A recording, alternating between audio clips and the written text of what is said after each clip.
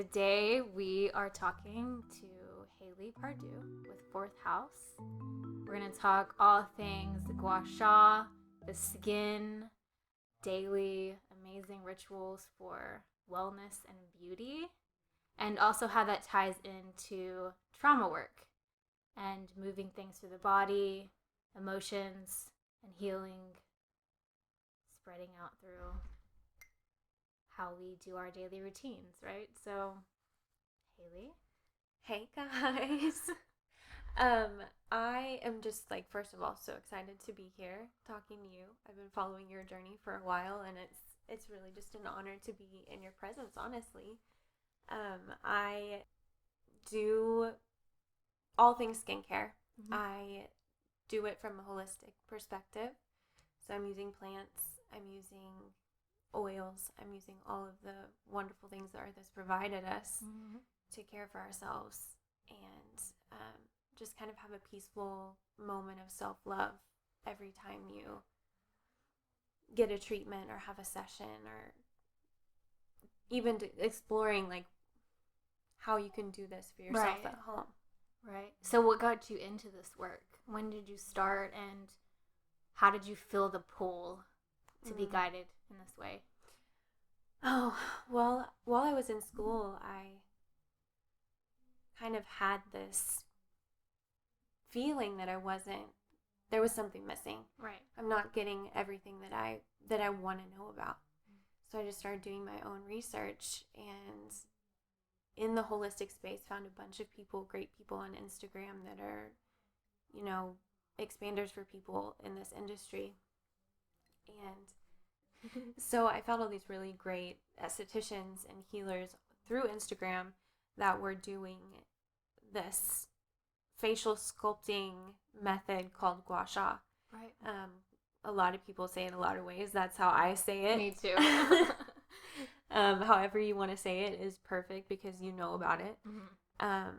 So I learned about that, and I just couldn't get enough because I love working with crystals, and to imagine being able to combine the two completely different things, but similar things together to care for the body, the soul, right. all of those things in a way that you haven't experienced before.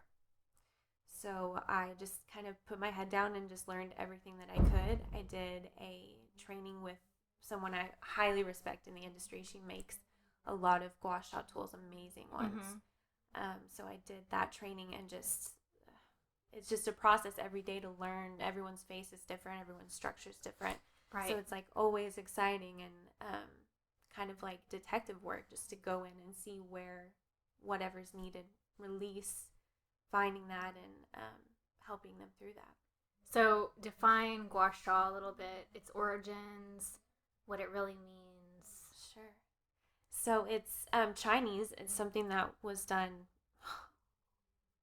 anciently, so forever. It means to scrape, basically. So the way that they did it back then was not gentle movements on the face to depuff and stimulate circulation. They were doing it to move poison or anything poisoning the body out of the body. I can just see them now with sometimes having the really intense massages before, and how just really they get in there. I can just see them doing that with your face. I'm imagining two hands on a tool just scraping. Oh my God. But yeah, they would do it to the point of bruises and redness, and that's just the way that they went through the method.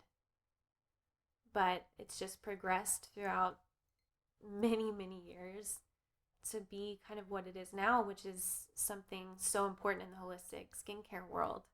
Something that's really transformative for the skin and someone's spirit.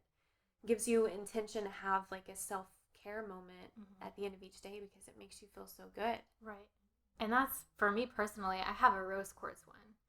And that's what I want to talk to you as well about, the material of them, what kind you use. And I know that when it goes into the crystals, it kind of becomes this fad of here's the jade one, here's the rose quartz, Yeah. But I'll get out of the shower and put rose mist on and then do it. And to me, I feel it can be a very sensual thing as yes, well. Definitely is. Yeah. Because you're feeling things that you've never felt if right. you haven't done it. You've never felt your face be so alive. Right. Yeah. So what kind of material is yours that you use made of? I use some that are jade, mm-hmm. some that are rose quartz. I have rainbow fluorite. Mm-hmm. I have mookai jasper, and I think I have some bloodstone. So I wanted to cover, as many of the chakras that I could. Right. I also would, bring that into effect when working with somebody, what I feel like where they might be out of balance, where they might need some extra care. I will be like intuitively drawn right. to whatever stone they're needing. So I want to have a variety to be able to cover all of those needs. But I mean, my favorite to use on myself is rose quartz because mm-hmm. I just love it. It feels like home to me. Yeah, I feel the same. And what about the rollers? Because I have a roller as well that I use. And I feel like it's doing something. Yeah. But I also feel like it's not as what you're talking about, the intensity of the Gua Sha as well. Yeah. And so to me, like one of them is masculine feeling and one of them's feminine. It's so interesting. Yeah, I mean, they could definitely be considered yin and yang tools. That's what I see. Just now as I'm talking to you, I'm like seeing that. Yeah, I never thought about that. So yeah, your jade roller would be like the yin, like, gentle movements. Right. And the yang would be getting in there and getting the work done. Yeah. And sometimes it does feel a little, it never feels painful, but you can have more pressure in certain areas that have really been stagnant and haven't been moving and feeling all of the sensations that they should. It's going to get that going. Right. And that's going to be just a great feeling for you. Regardless, it's a release. Right. So it's going to have to feel like you're doing something. Mm-hmm. So when people come to you and you've never seen them before and they walk in intuitively, do you feel if they are in more of their masculine or their feminine when they lay down and you're working with them? Yeah, that's something that's I have a pretty long conversation with whoever comes in to just kind of get to know them more. So I do get a feel for what their energy is at that moment, what I'm getting and what I feel like they might be needing or not expressing. Right. So that helps me with all of the things that I choose. So anything I'm using on the skin, whatever movements I'm doing with my hands, with my tools, the stones, the oils, all of that is going to be considered in what comes up when I'm talking to you before we start. Right.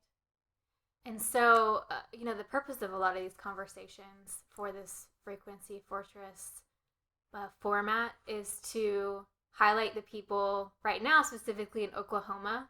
And I just have to add in this recording that we are in Yukon, Oklahoma, in an office building with I don't know how many other people. And you said there's a neurologist in here, and it's behind a Target. And here you are doing this really, kind of in this area out there, spiritual work. And I feel that a lot of souls like yourself set it up this way, to be this light and to be this energy. But how does it feel to you to be in the surrounding area? And does it feel like there's resistance? Do you feel like you are being that light? I haven't really felt any resistance. I feel, really secure in myself and what I'm here to do. So the energy that I'm putting off, I feel like, I walk into the waiting room and there's older people that don't get it. They don't get what I'm wearing. They don't know why I'm here. But I just smile at them and that's all they need. They just need a little bit of reassurance that you're not like going to put a spell on them. Right. and everyone's, cool with that. Nobody's really been opposed, and I've been surprised at the amount of people from this area that have been open to what we do and come in for a moon circle. Like, that is amazing to me. It makes me so happy. So you do full moon circles in here as well? I do. Yay! Yeah. Do you do just women or men as well? I've just had women up to this point. I feel like that's just the energy that we need right now. Yeah. Yeah, I have one for women every month, but the more on this path I realize, the more, for these immersions as well, and these gatherings, they'll be for men. The first one in May is going to be just for women, because I want to be able to establish a really good male embodied space holder as well. And the men are really stepping up and doing the work. I feel like we are just the ones leading the way here in many ways. But I'm surrounded by so many amazing, and when I say masculine, I mean just their biology. They consider themselves as masculine, but they're very feminine intact too. Like they have that knowing. And so, yeah, I'm seeing them come more out, which is really exciting. And doing, gatherings or even moon gatherings with men one day, and that the women can feel comfortable to do that. Getting to that. Yeah. And being able to do that would be beautiful. So, do you have more of a women clientele or a men clientele and women? A 100% women clientele right now. Yeah. I think it's a little bit out there still for a lot of guys. Yeah. But I'm hoping that, we can change that, and through the work that you're doing, you'll have a big part to do with that. Yeah, and it was that way before with them getting pedicures and manicures, and now it's not that way. So it's just the more we progress and as time goes on, for sure. Yeah, definitely. Because the face is important, and until recently, honestly, for me, I didn't really pay mind. And then the uprise within the Gua Sha and within people I know that, say that word again? Esthetician. And knowing more of them now, then, it's just being highlighted. Because there are certain things I feel that we don't like, and on our face, obviously, because we're looking right at ourselves in the mirror. And there's such an illusion that we see. Sometimes we can't see beyond that we are these magical, divine creatures that have probably, lived for thousands of years. Yeah. And I know that there are ways in which it's not just about youthfulness, because you feel the vitality that goes beyond that. So, as an everyday practice, what would you tell people that, within the face to be more aware of, or the little things to do every day for that? Well, really the best and easiest thing to do to start is create a nighttime ritual, something that you do before you go to bed, and something that's going to feel good to you. It's easy to start with like an oil cleanse. That's something that you need to wash your face before you go to sleep. Like that's something you need to do. So choosing those really luscious, feel-good oils and cleansing your face, which you're not just rubbing it super hard to get whatever off. You're massaging it. You're massaging your whole face and caring for it and nurturing it.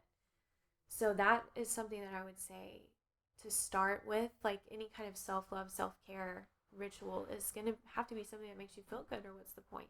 Right. And it can't be like this chore that I have to do, because I see the resistance of, I know that I need to do this, so it's this flipping it to this excitement, where it's like, I can't wait to take a bath tonight and, do my face ritual.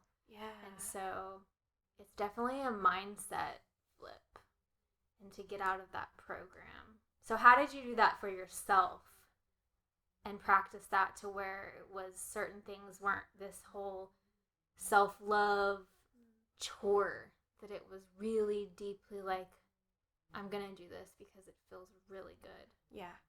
Whenever I started doing Gua Sha every single day, I would get so excited about it. Mm-hmm. And it, after, like, I could be so tired, I could feel awful, but after, I'm going to feel alive through my skin. I'm going to feel awake. Right. I'm going to feel lifted and bright. And that's something that I did for myself that made me feel so good, not just by liking the way that my skin looks and feels, by the way that I feel in my heart and inside, by the ritual of it all. Right. So what would you say, and I was going to ask you this at the very beginning, but I didn't, but what do you feel like is your superpower? I love asking people this question because sometimes they don't even know what to say, and sometimes they do. Yeah. You know those people that are just like, oh, I know. Yeah. On that note, I would say intuition. Yeah. And so you are a sun in Cancer, your moon is in Capricorn, and your rising Sagittarius. Yes. Yeah. Yes. So you're full of the moon, and your chart ruler is Jupiter. So it's just about expansion. Yeah. So when do you feel like was the beginning of your awakening, awareness, whatever title, you want to use for it? Was there a time frame you remember? Was there a catalyst, event, moment, circumstance? Yeah, definitely. I was getting divorced. This was about 5 years ago. And in order to try to get in touch with myself, really to try to comfort myself, I got really into astrology. And as I kept reading about Cancer, I didn't know anything else yet. I didn't know there were other signs, other planets and things that were making you who you are. I was just like going crazy searching Cancer things because everything I saw, I was like, yeah, right. Okay, so this is a feeling that I've had that I've never seen in front of my face before. Just like it felt like connection, and I wanted more and more and more, so I just kept researching, studying. I still am, but that was the time that got me to astrology and took me out onto a path that I couldn't have imagined going down. But I'm so grateful that I was awakened in that way, and it was such a deep journey. Yeah. So divorce, and then segueing into all the other aspects of astrology for you. So do you have a specific type of astrology that you dive into? Or is it just tropical Western? Yeah, Western. Is where I'm at right now. I want to know everything that I can know. Yeah. Until we die. Yeah. That's the point. It's going to be a never-ending journey, but it's amazing. I love it. And fourth house, obviously. Fourth house is ruled by Cancer. Yeah. Do you? Where is your sun sign sit? Do you know what house? 8th. Ooh. Yeah. Well, that would make a lot of sense because just your whole social media presence. Yeah. It is very Scorpionic. Yeah. So then see, I would have thought that you would have had Scorpio in your primal triad somewhere, but you didn't. That's where it's coming from. Yeah, that's very cool. My Mars is in the 8th also. Okay, that would make sense. All right, so what excites you the most about not only this work, but knowing that it's going to obviously lead you down other paths that you didn't experience, didn't think you would experience, or people, or, every day when you wake up, what most excites you? Just finding like-minded people that are so happy to have someone to come to talk about things they've always had in their head but never been able to express or feel safe expressing. Right. Having that sisterhood is incredible, and the response that we're getting it makes me feel so happy. It's amazing. Having the clients come in, or the people that come in for any of our healing sessions and treatments, seeing how relaxed, like that moment when they go from just laying on the table to relaxing into. Right. And you can really feel that whenever that happens. And it's such a powerful moment because you had something to do with getting them to a place that they needed to be, a peaceful place that they haven't been able to reach, and making them feel good about themselves and cared for, nurtured, loved. Like that's what we want to do. Right. And that's the whole safety aspect and the creating the container.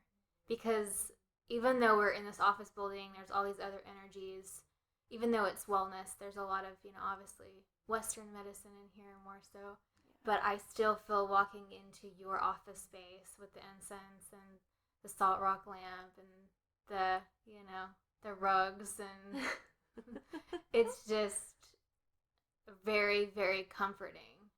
Okay. And so it's that container. So I feel we can be anywhere and be adaptable in that way to create that container. And I've seen that throughout my journey in the community of really those ethics and what's important, and how we function. We do what we say we're going to do. We build the trust. And I feel for myself, and I've noticed what other people are saying as well, is once we gain that trust, it's far pushed beyond woo-woo or spirituality or what the hell are they doing. Yeah. Because once they feel it for themselves, then it might just be crazy woo-woo, but they're now on the other side of the fence saying, think what you want. I felt a huge change in my life. Yeah, it just feels right. Right.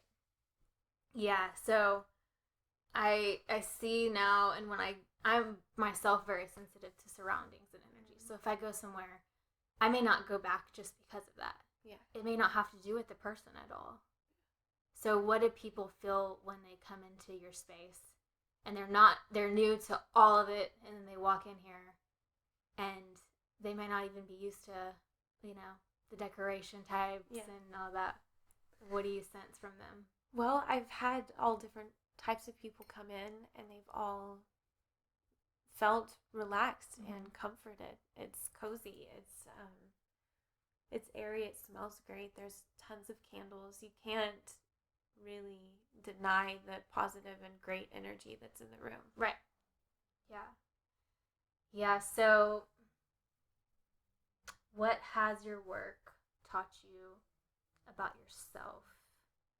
And I know that you talked about going on this journey from being in school and the contrast, leaving a relationship, but if you could narrow it down to a few things in ways that, you know that you're supposed to be a way shower for other people, to maybe, not by necessarily words, but just this is what I did with my life and how it shifted.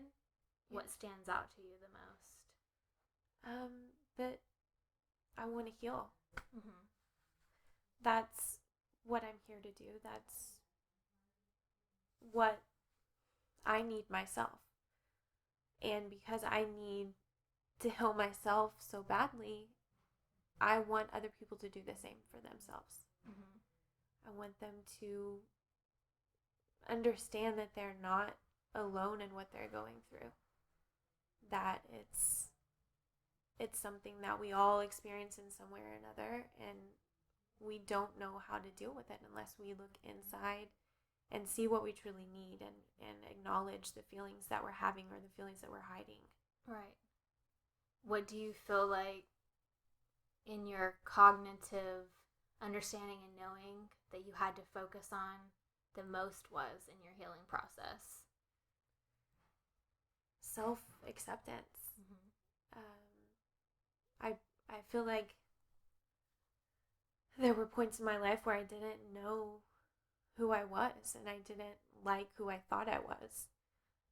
That's something that I've always struggled with, and that led me down paths that did end up in, not great experiences because of my view of myself. When I was able to really tap into all these things that I realized I love and make me so happy, things that I'm doing like astrology and all of that, learning about humanity, that brought me back to myself, and mm-hmm. that let me realize you're excited about this because this is something you're meant to learn, something that you're meant to do, and that little by little led me to a point where I understood who I was and why I'm here as much as I can right now. Right, and I know through my own path and watching other people, when I feel that I'm off, when I feel like I'm not aligned, I know that it's my thoughts, but it's also me pushing up against following my bliss. And I've learned when I'm doing that, and a lot of times when I'm way in my head, and that whole waking up every morning, what is it that gets called to, push on the bliss part of life, and what is inside, whether that be photos or writing or just whatever creative things that we can go into that pull us back into that place. So do you have anything else besides this work that, realigns you and centers you that's on a creative aspect that you found? I love just being creative in general. Right. I feel like I'm always wanting to express my feelings and my emotions in some way. Instead of what I've done most of my life is hiding them and repressing them, I'm wanting to express them, but in a way that's beneficial for me. So whether that's just journaling or writing poetry or learning about something that's just tapping at me and wanting me to find. Those are the joys in life that I hope everyone is able to access and experience. Do you remember a time in your life when you started suppressing that and you started to, maybe, I know a lot of us were very confident as children or very outspoken, and then after a while, that gets really pushed out of us, and we start to, and there's sometimes very highlighted times and moments. Sometimes we just don't remember, but was there that for you? You started suppressing? Yeah, I feel like that probably happened when my parents got divorced. I was 12. So I was at that point where you want to grow up. Right. You don't want to be a kid anymore. You want to be in high school. Yeah. All of those things. And I just became that earlier than I feel like I had to. Right. Yeah. I remember wanting just to be grown. Yeah. It was like, it's like you're coasting and you're just so happy as a kid and you're doing your thing. And all of a sudden, it's just like, I don't want to deal with this shit anymore. Yeah. I want to be grown. Yeah, I'm tired of this. Yeah. People telling me what to do. I can't. Yes. The whole telling what to do. I think that's definitely that Sagittarius energy. Yeah. For me, it was just wanting to explore other places. And I knew that there was this concept of safety, and I talk about it a lot because it's, safety is a paradox. Like we talked about people coming in to see you, building the container and the safety. But then safety can be so confining because we don't even know. We've been sitting in it and the ego is like, no, we're good here. We don't want pain. We don't want to go in the discomfort. But then there's where growth is, Yeah. So it's like I picked that up very early on that there are people around me that just were not shifting and changing. And they were sitting in safety. So through this road that you've traveled the last 5 years, how has your friends and family shifted and changed and entered and exited? And because that is a whole process of our awareness or, quote unquote awakening that people don't really talk about to the degree of how painful it is. Yeah. Because we're literally taking off masks, shedding layers, letting go of people and situations who we thought we were, and they are little deaths, for sure.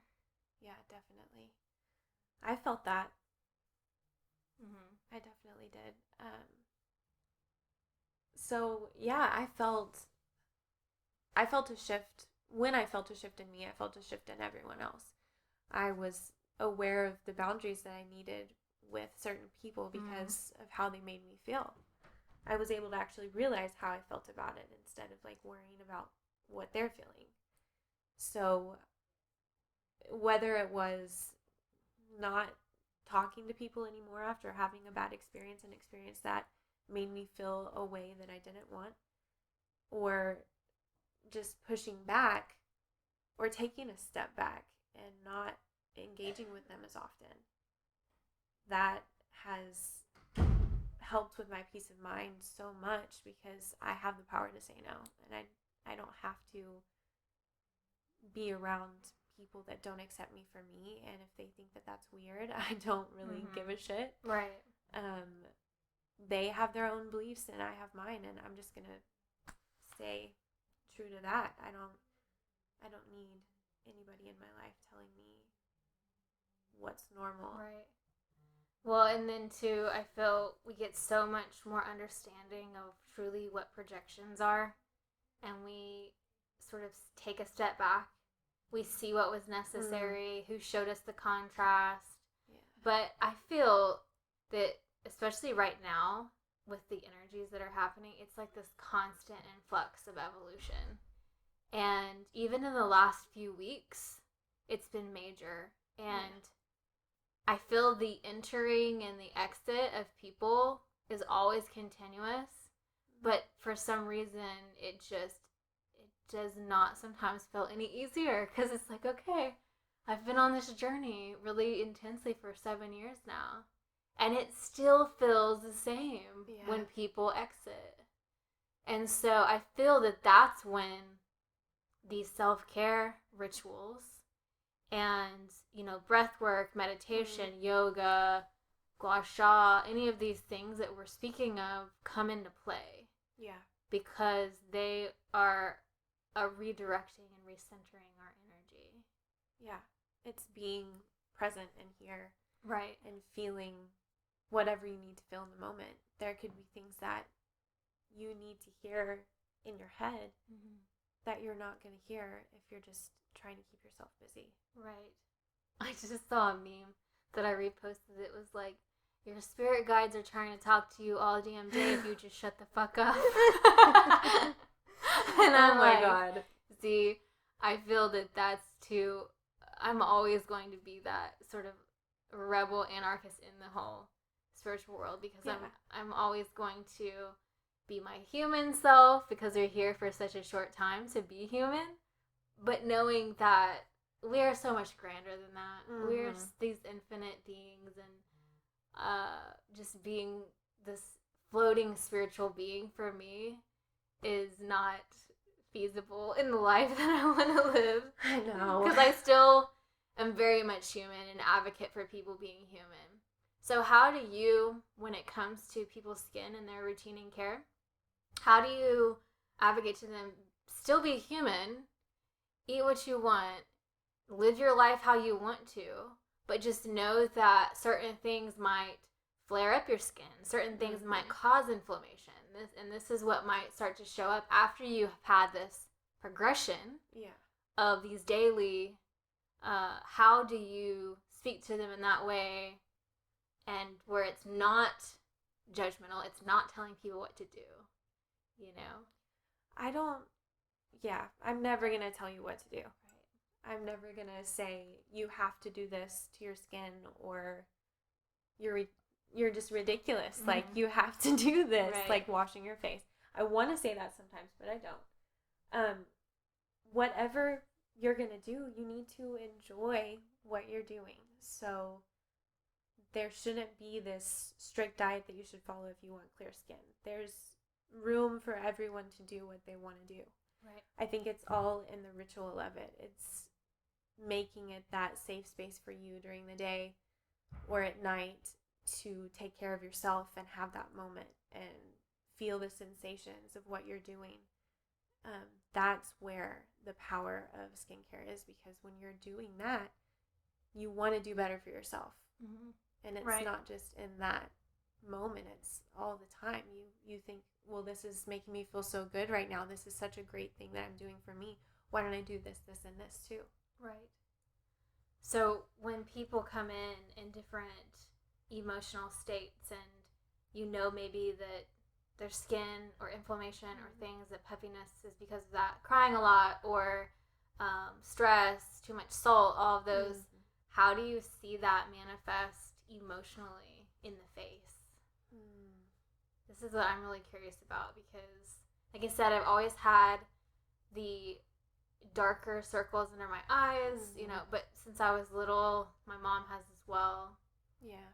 And so So it's going to be like showing dehydration. Right.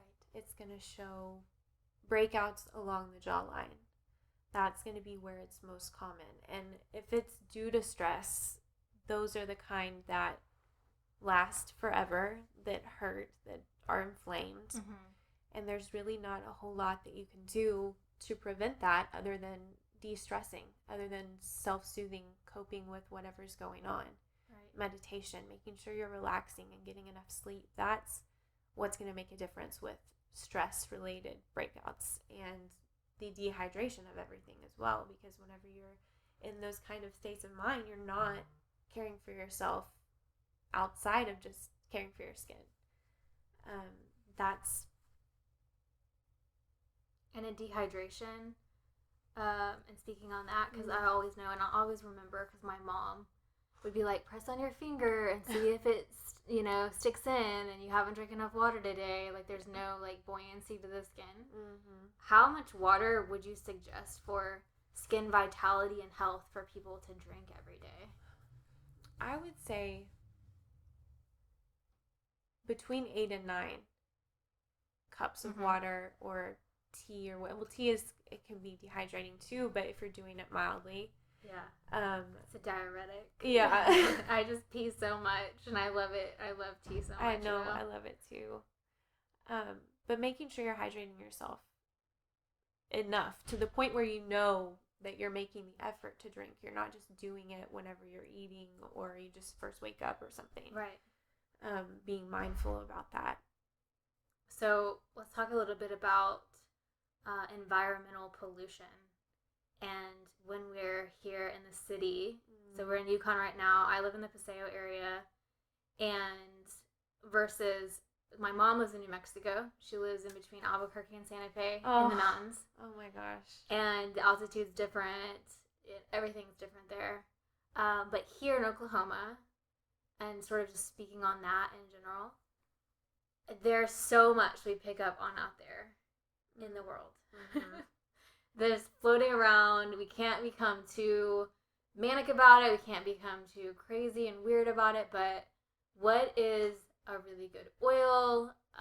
Obviously, how to wash your, what should people wash their face with, in your opinion, your perspective, to help cleanse a lot of that pollution and here environmental for people, especially who live around you and us in Oklahoma. Yeah. So the best things to do for the climate that we're in, what we experience living in the city, is going to be obviously sun care. Yeah. That's number one, making sure that you're wearing SPF every day. It doesn't matter if you tan or any of that. It doesn't matter if you have fairer skin. You obviously all need to be using SPF. That's going to protect from those environmental attackers and keep your skin healthy. So that mixed with antioxidants, those are going to do the repair work for whatever's happened in your daily life, outside, inside, in the office. All of that is going to brighten. It's going to attack all of the free radicals. I was like, What is that word? Free radicals. All the free radicals. And so those two things are key, regardless of where you live, but especially for us because we are in the city. And those things can all come from plants and minerals. You can be cared for without having huge environmental impact on, our planet, just by making those steps to use the plant-based products. Right, because we're talking about SPF, organic SPF in sunscreens, and not the harsh ones that actually have caused issue for people. Yes. I remember doing some research a while back, and Australia, lots and lots of people on the beach every year. It's just one of those places that's part of their lifestyle. And the skin cancer population wasn't even a thing until sunscreen was introduced. And so if you go and do all the research when it comes to the case studies and even, lawsuits with in the skincare line of sunscreens, it will blow your mind. We're talking multi-billion-dollar, lawsuits and things because of what's in them. What? So being mindful of what you're putting on your skin is obviously, and I see you speaking a lot about oils and a lot about where they're sourced from and what do you use? Where are they sourced from? I use a jojoba oil for cleansing, for light moisturizing. I do that every single day. I love it. And spell that for people that don't know it. It is that one that you always see and you're like, is it jojoba? It's Jojoba, jojoba. And it is amazing. It does incredible things. Sourcing that, I've found a really great source out of Oregon. They create all the products there. The jojoba oil is coming from like a desert plant. Right. So obviously it's not really grown there, but that's going to be found like in, Arizona, New Mexico, that kind of stuff. But it's magical. It does amazing things, and it doesn't have to be a specific brand. As long as it's organic and high quality, you can tell the difference, and it's inexpensive. Really that's the best cleanser that you can use. And what about herbs when it comes to any like steaming? What would you suggest? Because I know that the pores, I have for myself on my forehead, like very big pores I can see, or blackheads. That's what I wanted to talk to you about too. Pores and the blackheads, and I know that a lot of that is obviously caused by the oil, and we're talking about again the environmental factors, and then the sun. But I'm always treading lightly when I talk about the sun, because the sun and Mother Earth and our atmosphere is protected. Otherwise, we couldn't live with the sun, right? Right. And so many people are just like, the sun, the sun, the sun. And I know that there are factors to it, like you're saying, and we were talking about SPF as in moisturizing and protecting. But when people talk about the sun actually causing harm to a degree, I'm like, well, if the flowers could talk and the trees could talk and the food we eat could talk, it would say you're crazy. Yeah. Because it's not doing that. So we can get into that in a minute. But that's why I'm always trying to find the right words, because the sun is vitality. It's life. It's just like water, Yeah, we need to spend time out there every day. We need sun. We need vitamin D. Period. We need it, y'all. So what about, steams for pores, blackheads? So outside of steams, the blackheads are coming from, so some people are just made with pores that are larger. It's nothing that they did to deserve them. Right. They just have them. I'm one of those people. So when your pores are larger, you have more of a surface area for things to get trapped in the pore. Right. So that the longer that it sits there, it's going to oxidize with the air outside, and it's going to turn black. That's where your blackhead's coming from. Okay. Or it's just going to be a clogged pore. It's not a whitehead. You're going to know if you have a pimple that needs to be popped or a clogged pore. Okay. Don't go messing around on your nose with all those pores, because it's just like makeup. It's makeup, it's skincare that you've used from that day. It's any of those things that are not anything that you did wrong. You're just living your life. But making sure to cleanse well enough that you're cleaning out those pores. You're getting what's trapped outside of that. And that's where jojoba oil is really great, because it attracts that oil and it helps to pull it out of the pores. And maybe just take a little time studying your face in front of a mirror and see where you do have pores that are larger. And that's where you need to focus your cleansing on. You need to spend more time working those areas to make sure that it's staying clear. Okay. And then you're going to notice a significant drop in the clogged, blackhead, any of that kind of stuff in those areas. Do you use any herbal steams? Have you ever? Herbal steams are really great to do if you aren't super sensitive. just because the heat is going to react with an ultra-sensitive skin or a skin that gets red easily. Okay. So it's going to be too harsh on those skin types. But you can do a really great steam with like chamomile or calendula. Mm-hmm. Those are going to be really calming and healing with the heat. Right. So that is usually what I recommend. Rose is nice too because it's hydrating and it is really great for the skin. Outside of that, I feel like there's a lot of things that are just going to be too harsh on such a delicate area. Yeah, I'm obsessed with rose water, and then you have that rose water back there, and I ran out. Yeah. Yeah, and then for myself, I get my herbs, and not just for face or anything like that, but mountain rose herbs. Yes. I don't know where you... That's where I... Okay. Yep. So, yeah, I mean, and it just blows my mind to go in there. I was looking on there the other day for things to do organic, like natural dyeing. Really? Yes. I had no idea the things that you could dye with. I mean, I didn't know they like had that kind of stuff. Yeah, just like certain things. You know, turmeric is one, but yeah, I've done avocado pits before. Really? But there's just, I mean, everything in nature. It's amazing. It's a whole other topic with someone who's... Why haven't we known about this forever and I mean, maybe in lifetimes before we did, and that's why I'm talking about following your bliss, because I'm like, yes, I want to get all this cotton, flowy clothes and dye them in natural stuff from nature. Yes.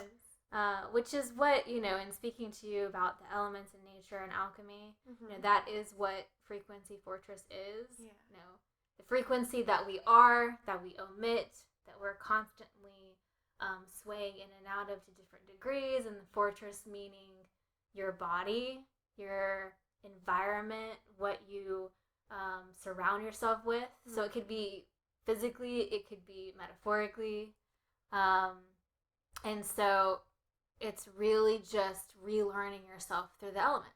Yeah. Earth, air, fire, water, ether. And so literally we've been talking about all the elements that go into the self-care and what you do as well. For you, what element is most important? And I know, too, we talked about before this, our elements within our astrological chart and what's really dominant. You know, for me, it's water and fire. What do you feel that you work with a lot? Mine are probably water and fire as well. Yeah. I'm fire dominant, but I connect more with the water side of me, and that's where, you know, all of the comfort and safety, security, nurturing, all of that is coming from that part of me, and that's where I feel like my gifts lie. So that's the energy that I like to work with the most. Right. Yeah, I feel like we evolve through them during times in our lives, and kind of like the whole mother, maiden, the archetypal transitions. I just don't think they're linear either.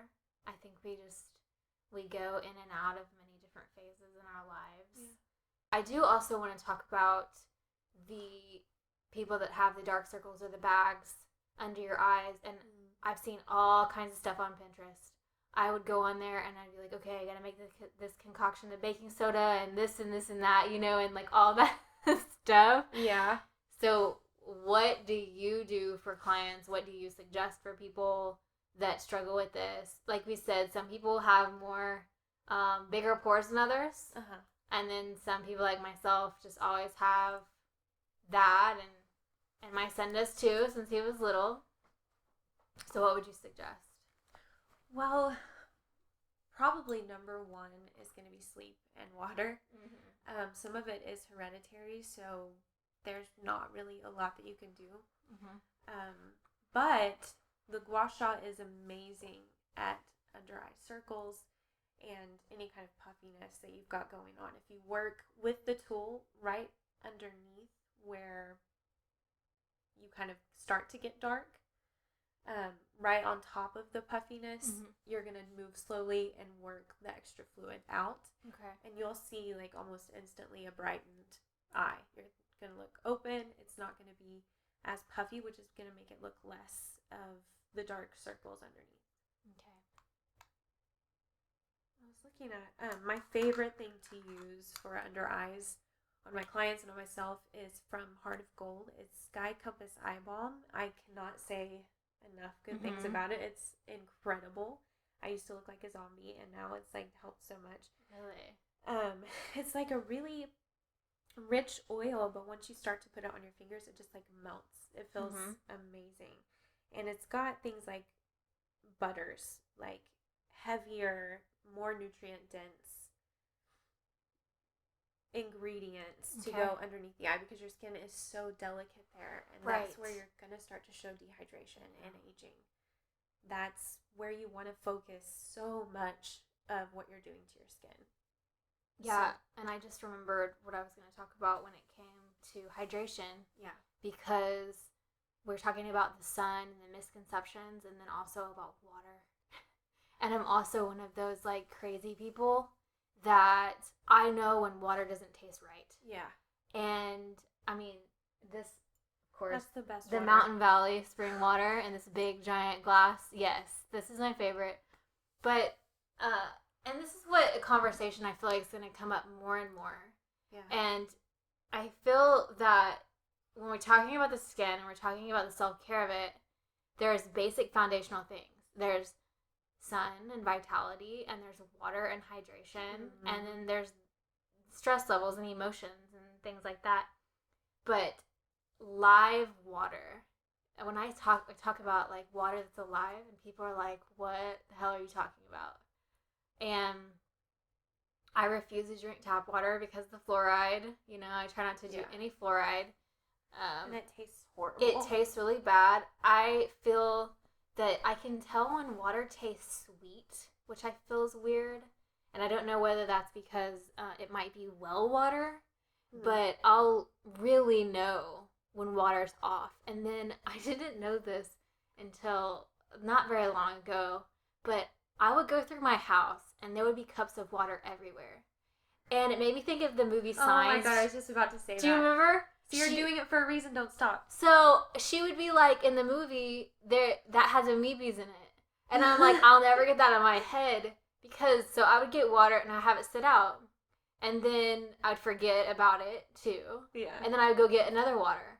But I would be so reluctant to go back and drink that water that had been sitting out. I am the same way. Because I will not. I'm like, I don't know what's fallen in it. I don't know what's...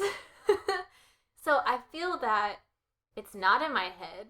I feel it's an intuitive thing. Yeah. Of knowing, yeah, I'm going to put that in my body. No, I'm not going to put that on my body. Yeah. And now, the more conscious I am with all the products out there in the store, I'm like, if it has more than 5, and I don't know what that is, it's like a rule of thumb. I'm not putting that on my face. Yeah, that's a great rule. And some of it, too, another rule I'm starting to get into is if I can't eat it and not die, then I'm not going to put it on my face. That's even better. That's so great. Yeah, because so many of these herbs and oils, you could eat them and you might get sick. You might vomit and not feel well, but you're not going to probably die. Yeah. You know? I've got a face mask over here that's made of honey and red clay, and if you get it on your mouth by accident, you're not going to be mad at it. Yeah.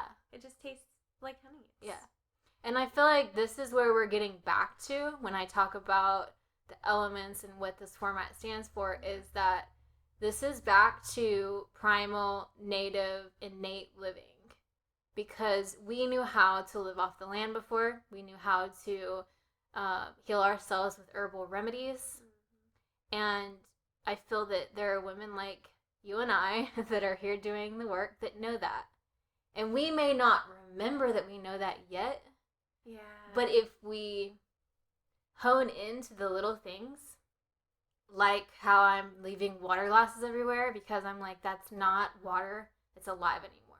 It didn't freshly come from my filtrated pitcher, and even though this makes me sound super bougie, it's like, but back in the beginning of time, people were drinking from very, very fresh running water streams, and it was alive. Totally alive. Right. So how have you shifted into that mindset, that lifestyle, and you know, starting when you talked about kind of the last 5 years of your life, have you noticed any of those things that you're like, I don't know why I don't want to do this, but I'm not going to? Or I would never do that again, and I used to do that. And I'm not talking about, again, going back to, we can be human, and I'll be the first one to tell you that if I'm really hungry and there isn't anything else around, I'll get a burrito at Taco Bell and not give a shit about what, like, there are things that we have to just let go of and just do.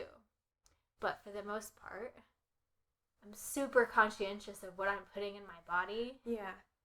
And because I'll be the one that has to deal with the ramifications of my gut. Sometimes it's worth it. So worth it. So, have you noticed any of that for yourself? I think the water thing is pretty big. Yeah. Now that, I wasn't aware of it until you said that, but I'm like, damn, I think I'm doing the same thing. Like, right. I don't want it if it's left there for an hour. Like, if I didn't finish it, I'm not going to drink it again. And it doesn't taste right. Right. If it's not high quality, alive water, it doesn't taste right. So that's something I feel like my body has told me. I haven't made the switch to veganism yet, but that's something that my body is telling me that I want to do. Right. Yeah, I think that that's something that, once again, individually, autonomously, that we have to listen to. And some people want meat, some people need meat, some people don't, and ethical meat, I might add, but still, again, it's just our intuition. Yeah, and it's something that can make you feel good about what you're doing. Right. We're all alive, and none of us are any better than anyone else. Right. Yeah, and, our cells are listening to us and our thoughts and how we are opening ourselves or closing ourselves and, going into new avenues of self-care, such as this, that might feel weird at first. Yeah. But then it just becomes one of those things, Yeah. that we cannot live without doing. And then also simultaneously, if you don't do it for X amount of time, to not shame yourself for not doing it. That's a major thing. Huge.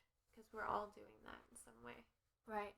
So when you do yours before bed, what oil combination? You're sitting there in your bed, you're going to do your Gua Sha. What are you putting on? I am doing a cleanse on my face with the jojoba oil, and then I'm taking like maybe a pump or two extra and kind of patting it, working it into the skin prior to Gua Sha, because I want there to be that slip, that creation of movement that I can do with the tool. After I do that, all of the product just works itself right into the skin and just pushes it deeper. So what I do after that is I put like a balm that's kind of an elevated oil. It's got a little bit more moisturizing content. It's full of frankincense, so it's like a natural retinol alternative. I'm putting that on my face and I'm going to sleep. Like that's the ritual. It's simple. It's high quality ingredients. It's all you need. Right. I remember as you're saying that, I'm thinking about my grandma and her taking her teeth out, putting her glass on the counter, and putting a heavy, heavy dose of Pond's face cream. Oh. And I would just remember looking at her and be like, that is the most oily. And she'd be like, I need this for hydration. And I wish I would have known then, but like, Grandma, you don't need that. You need water. Oh my God. You need sun and water. And then she would take my grandpa's old nightshirt, like old, white undershirt, and wipe it off. So she'd put it on, let it soak in, and then wipe it off, and then repeat that, probably with the same rag. Oh my God. For like a couple of days before she'd wash it. Grandma, what are you doing? She wasn't like breaking out, she's her hormones were shut down by then, she didn't even grow. That was just her ritual. That was her ritual. Yeah. And so I see now that if that was working for her, good, Like, good on you. Yeah. That was what made her feel good. And she didn't do self-care things. But that was it. And now we just know better that, I don't know what is in that cream. Mm-hmm. And again, rule of thumb, if it's like more than 4 things and you don't know what the hell that is, and it sounds scientific. Yeah. And it's not, I mean, we may not know a lot of the oils, but if it has oil after it. It will. It'll tell you what. Yeah. It'll have the scientific name and then the normal one. Yeah. And if not, then it's like some weird acid things in there, and I don't know. Fragrance is something you have to watch out for too, because it's in everything. Sometimes if it's a natural essential oil fragrance, they'll tell you that, but they aren't legally required to expose what the fragrance is made of. Yes, and I remember I wanted to talk about that earlier, and not to shame any companies or, I spoke of Olay or even Bath and Body Works, but we just don't know what is in there. Right. And the fragrance is so scary now, like knowing what I know. And even just going into places like Bath and Body Works, it's so intense. Yeah.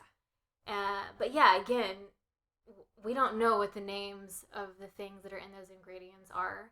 And for me, I know now that some of that stuff was giving me rashes, and I didn't even know it. And then when my son was born, I couldn't use detergent with anything in it, or he would get rashes. We had to use, organic soap. So I buy bars of soap that are just organic and not the liquid anything. And so just all of the oils we're talking about just are not face only. This is like whole body. Yeah. So what do you think about coconut oil? I knew you were going to say that. People are always back and forth with coconut oil. Yeah. It is great for some things. Mm-hmm. I do not recommend it on the skin. It's very occlusive, which means it is pore clogging. Mm-hmm. It's not cleaning your face. It's congesting your face. Yeah. I can't put it on my face. Yeah. It's not a good cleanser. Don't use that. But it is great for, alternatives to other oils. It's good for shaving with. I love to shave with it. It's perfect. Yeah, and what I notice in the summer, I can use it and I'm okay. In the winter, it makes me more itchy and dried out. And so I use almond oil instead for my body. Yes. And in the summer, though, I can get away with more being able to use it. And then also, coconut oil is a really good lubricant if you're not using latex. It's not, don't use latex, anything, so condoms or anything like that with oil-based. But if you aren't needing to use condoms, coconut oil all the damn way. That's where it's at. They should sell it that way with that advertisement. Yes, they should. Yeah. And it's really great. And, I don't have any problems in that area. And I still use it just for massage and just all the things. But I usually will brush my teeth and then put it on my lips. Yeah. So you can make a lip scrub with coconut oil and sugar. Right. Anything you're doing to make like a scrub or a bath salts or whatever you want to do, it's good to use as a mixture in that. Like a foundational thing for that. I use it in my massage oil. That's like the carrier oil that helps with the essential oils. So it's amazing for those kinds of things too. Right. Yeah, and with the coconut oil, I hear a lot of hair people have all different views on it. Really? I have some that are like, yeah, it's great for dryness, and others are like, do not put coconut oil on your hair.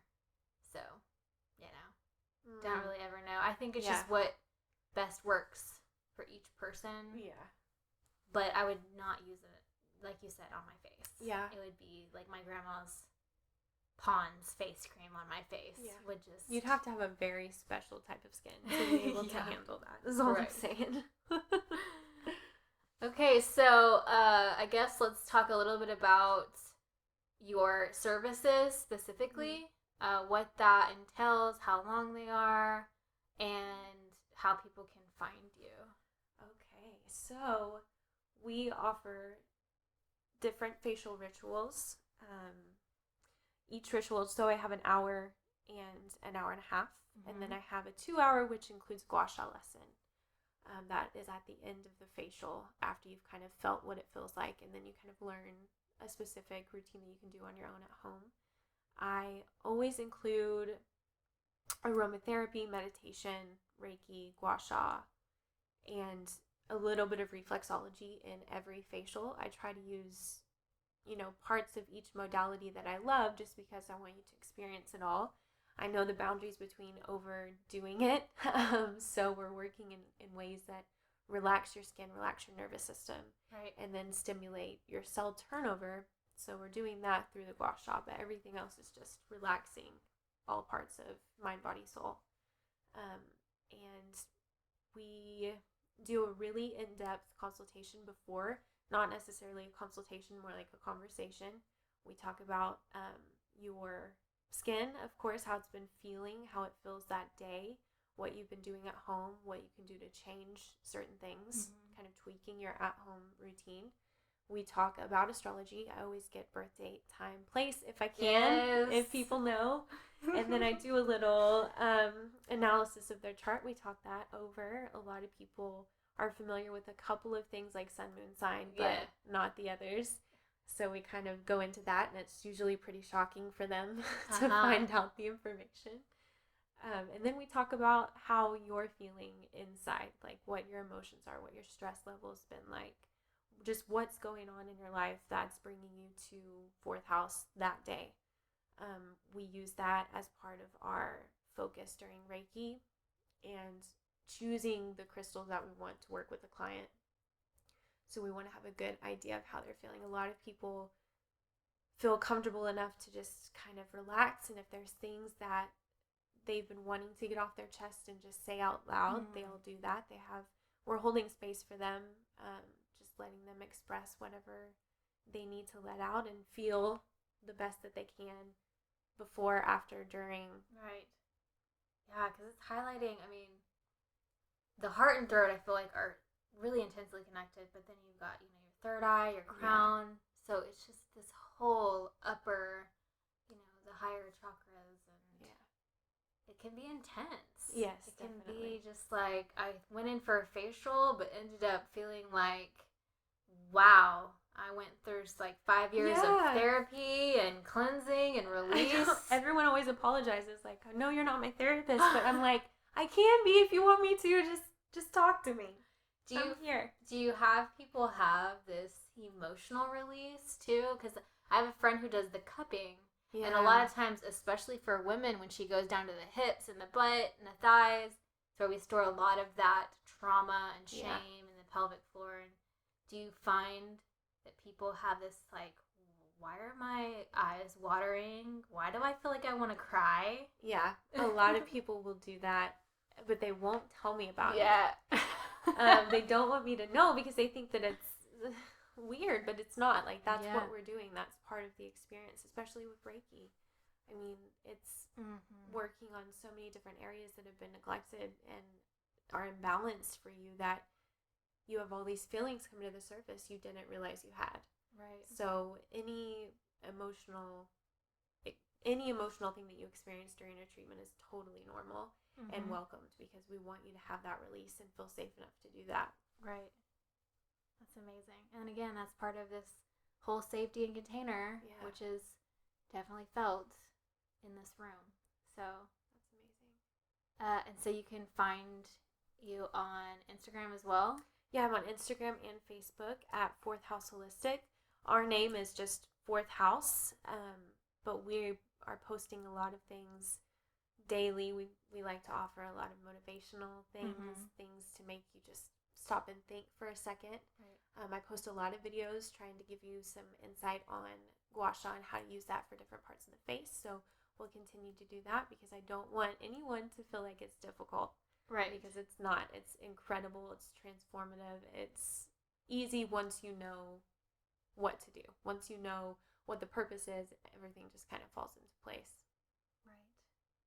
Well, I will post all of those links and even some of the things we talked about today, the oils, mountain robes, herbs, and then whatever you had and we're talking about from underneath the eyes. Yes, the eye balm. Yeah, so I'll post all of that underneath, and I'm so glad we had this conversation. I know, it's been so amazing to talk to you. We are also on fourthhouseholistic.com. That's where you can do online booking. Good. Awesome. And so what are your hours throughout the week? It just varies, but are you on a... It's, I basically, honestly, am open to you guys 24/7. Whatever time you want to book, you can book. If I have that time available, I will make time for you because I want you to have the best experience possible. I don't want you to have to be rushing around and trying to fit it in. I want to work with what works best for you so you have that calm peace of mind when you come in. That's great. Yeah. And then also, you know, when people are ready, and sometimes that being ready consists of doing it, getting an appointment, and being like, oh, I need to reschedule. And it's just the hardest part is leaning in and getting there. And then once you do, you're like, thank God I've come to this. Yeah. And this was more supportive than just another thing to do. Yeah, for definitely. a part of what, you know, people think that they have to do to keep fit, or, you know, it's much more, and I can't stress this enough, than just youth and looking good. It's so much deeper than that. Yeah, so it's just having overall love for yourself and feeling the best that you can. Well, thank you for your time. Yes. And I can't wait for people to learn more about you by coming here and listening to our conversation and maybe feeling inspired to come. So I hope so. Thank you so much for having me, my love. Thank you. Hello, everyone. Britt Johnson here. Thank you so much for taking the time to listen to this conversation today. I hope you found insight and inner wisdom to guide you into spaces that you've just forgotten. This will be one of many conversations highlighting way showers in Oklahoma, New Mexico, and beyond. Frequency Fortress was created to help remind you of all the ancient wisdom that already lives inside of you. With each conversation and each modality that pulls to you, follow it. If it feels like joy and bliss, go into it. Lean in, even if it's a little bit scary. The first Frequency Fortress immersion will take place May 1st and May 2nd on Beltane weekend. If you want to learn more and sign up, there are 11 spots remaining at frequencyfortress.com, and make sure that you sign up for the newsletter to get all the updated conversation, immersion, workshop information.